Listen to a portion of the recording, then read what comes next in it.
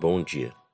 Que a graça e a paz do Senhor Jesus Cristo seja em sua vida, no seu lar, em seus negócios. Quero agradecer a Deus por permitir entregarmos nossas primícias a Ele e juntos desfrutarmos de mais um dia dessa palavra que se encontra na segunda carta a Timóteo, capítulo 1, versículo 7, que diz: Porquanto Deus não nos concedeu espírito de covardia, mas de poder, de amor e de equilíbrio. Quantas vezes o tempo nos leva a fazer escolhas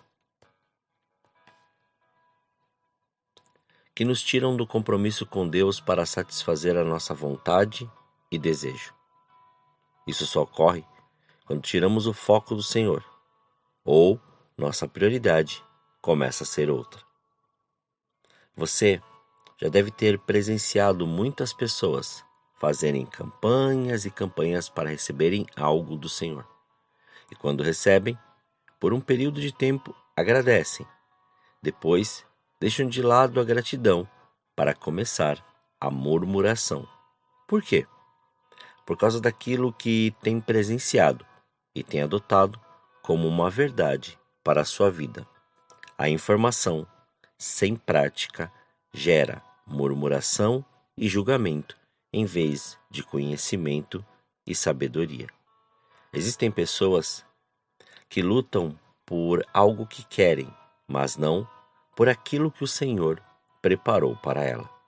Existem outros que lutam por um propósito, mas sempre questionam por que tem que ser tão demorado.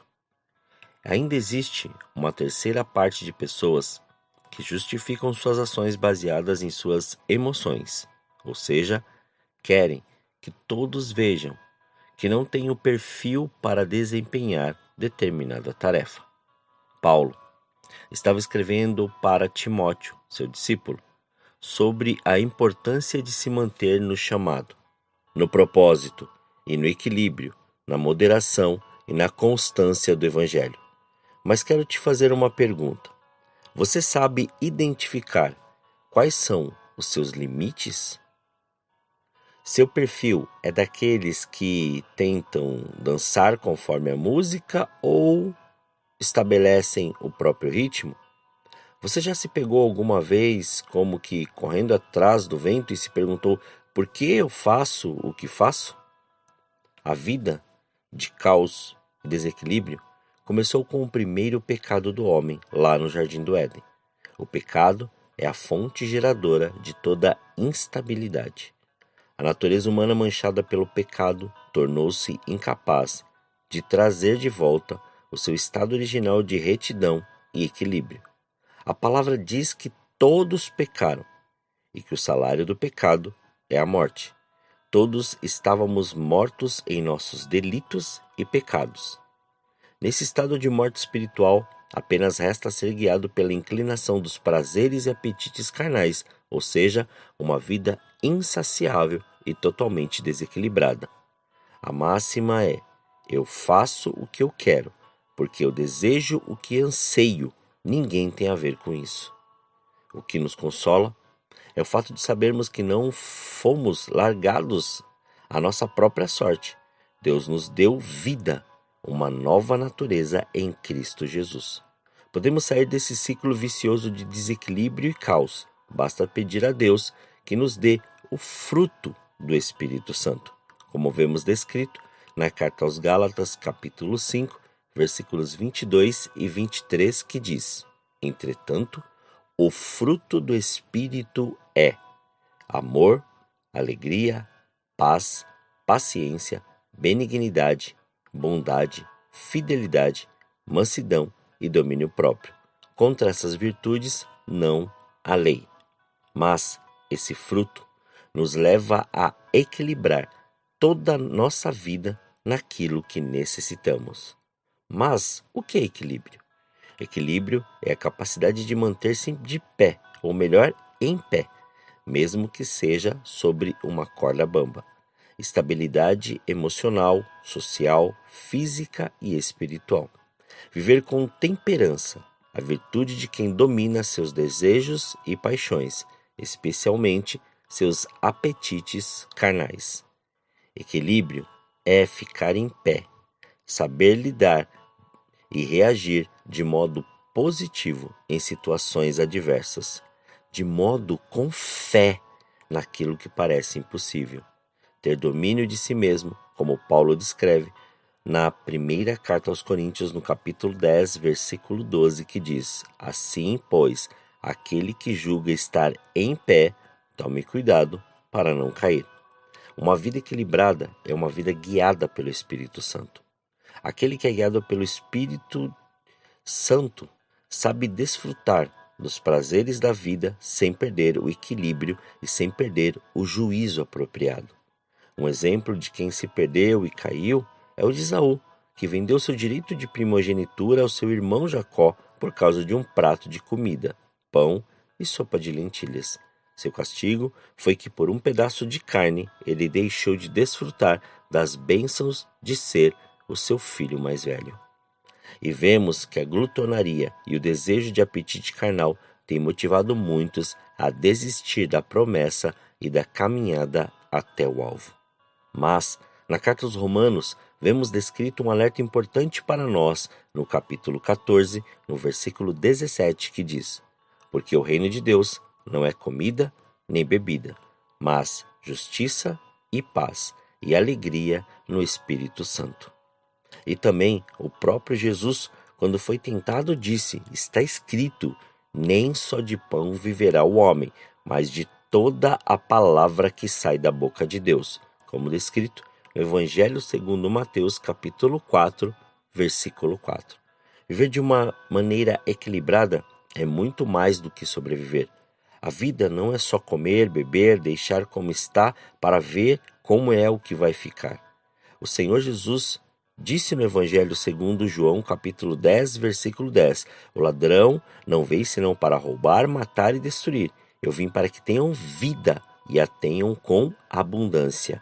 Lembre-se, você é maior que os seus desejos, maior que o seu estômago, maior que a sua profissão.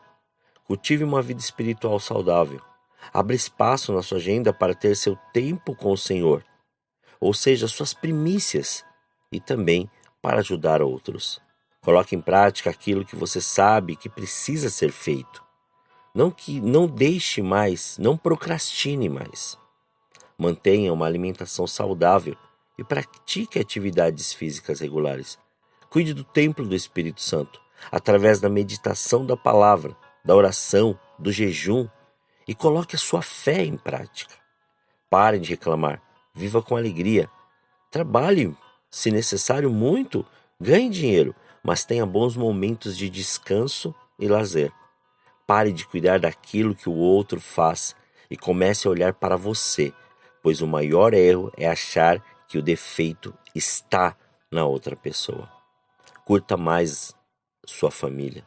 Descubra e assuma seu papel na história como agente do reino de Deus, transformado por Jesus Cristo e que manifesta o equilíbrio na vida através do fruto do Espírito Santo.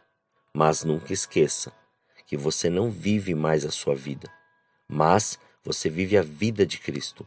Portanto, pare de colocar limites, barreiras, desculpas e motivos para fazer aquilo que você foi reconciliado, ressuscitado e regenerado a fazer. Você é uma nova pessoa em Cristo.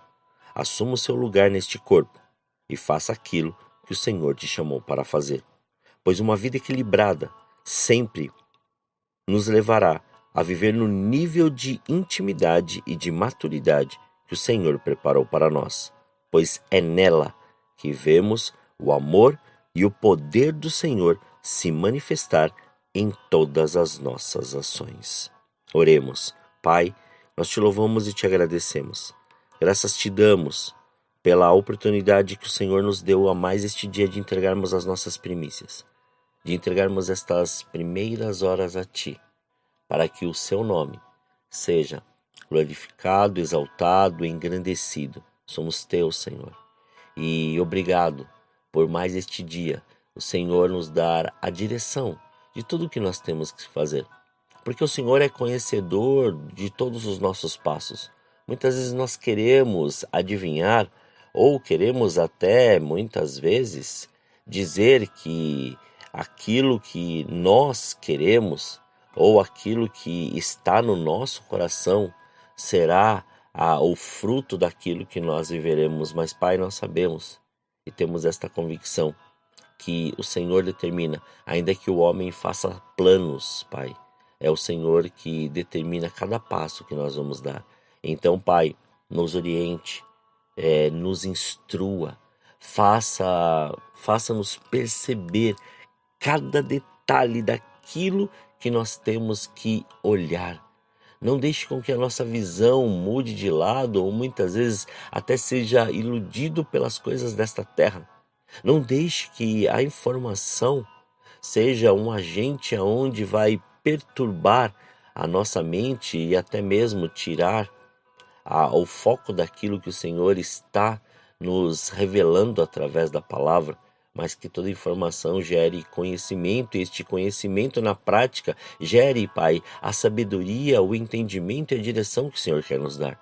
Então, Pai, permita que o dia chamado hoje seja para não só um esclarecimento, mas também para firmar os nossos passos em equilíbrio diante daquilo que o Senhor tem proposto para nós.